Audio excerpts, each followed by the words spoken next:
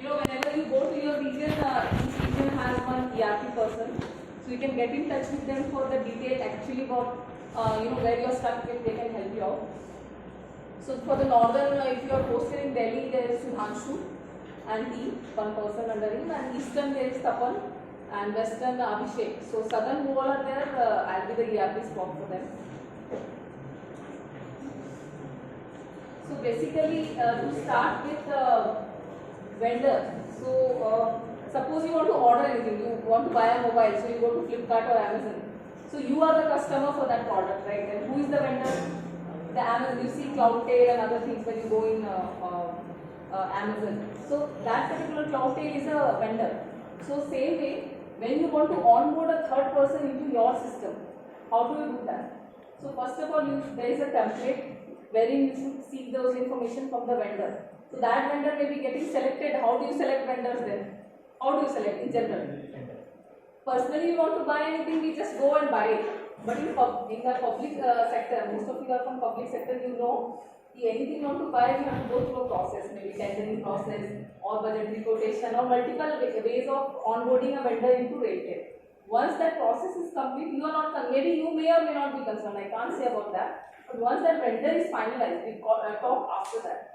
So once that the vendor is onboarded into RateTech process, then you have to fill the details like vendor master name, what are the details.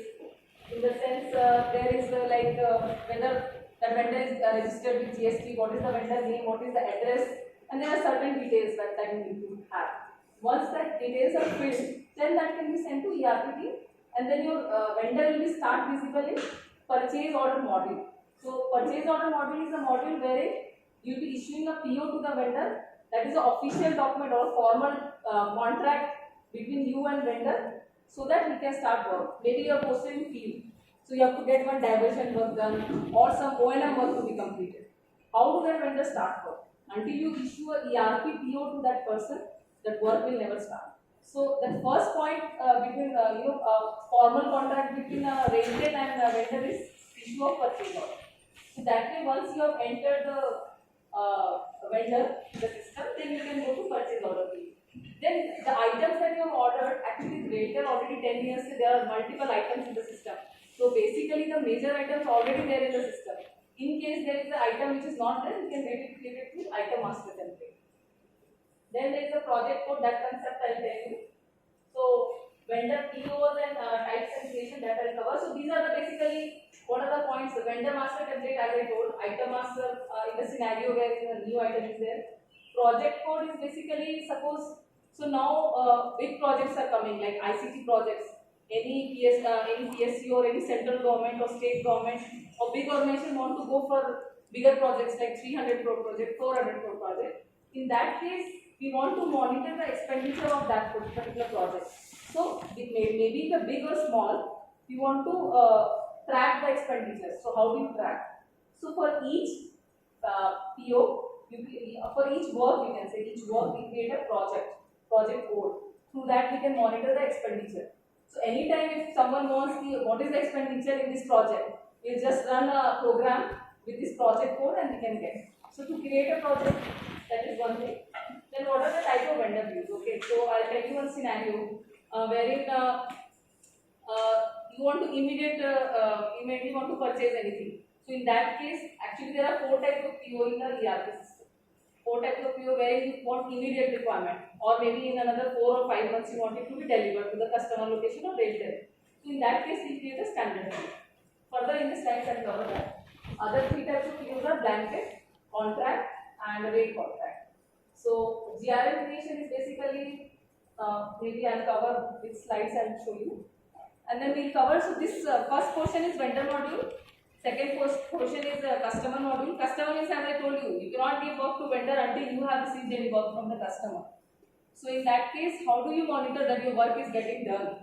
As a customer, you have to raise an invoice. So that work has to be first started and then tracked by implementation. As most of you are technical, so you may be the person who is implementing work for RateTech in the field.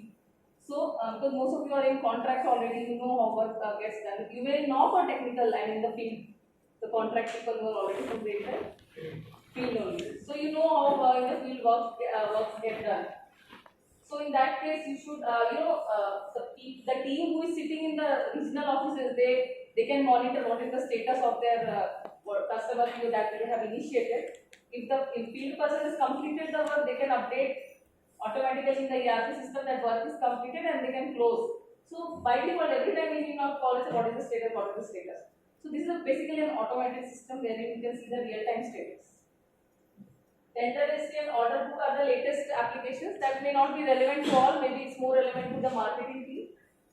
Employee related modules, as I told you, employee self-service. So anything related to your HR requirement, be it leave, then be it you want to study abroad and you want to that I cannot comment you see HR per se.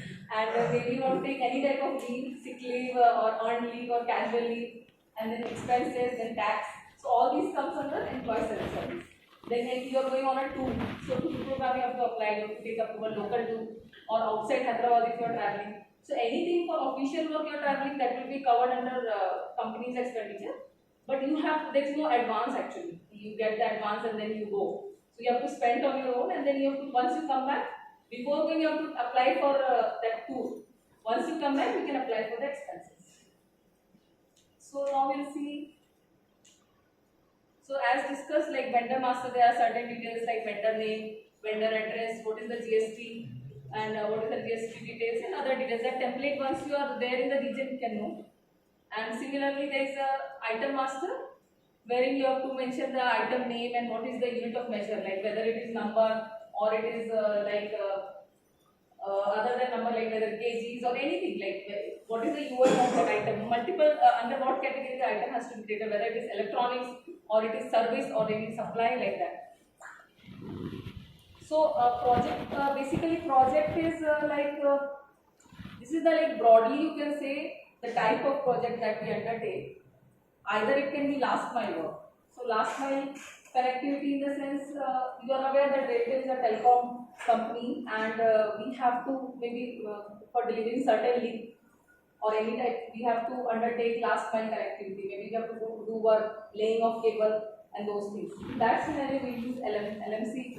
When we create the project we use the type as LMC. Railway work. So any type of work which is given by railway for the diversion.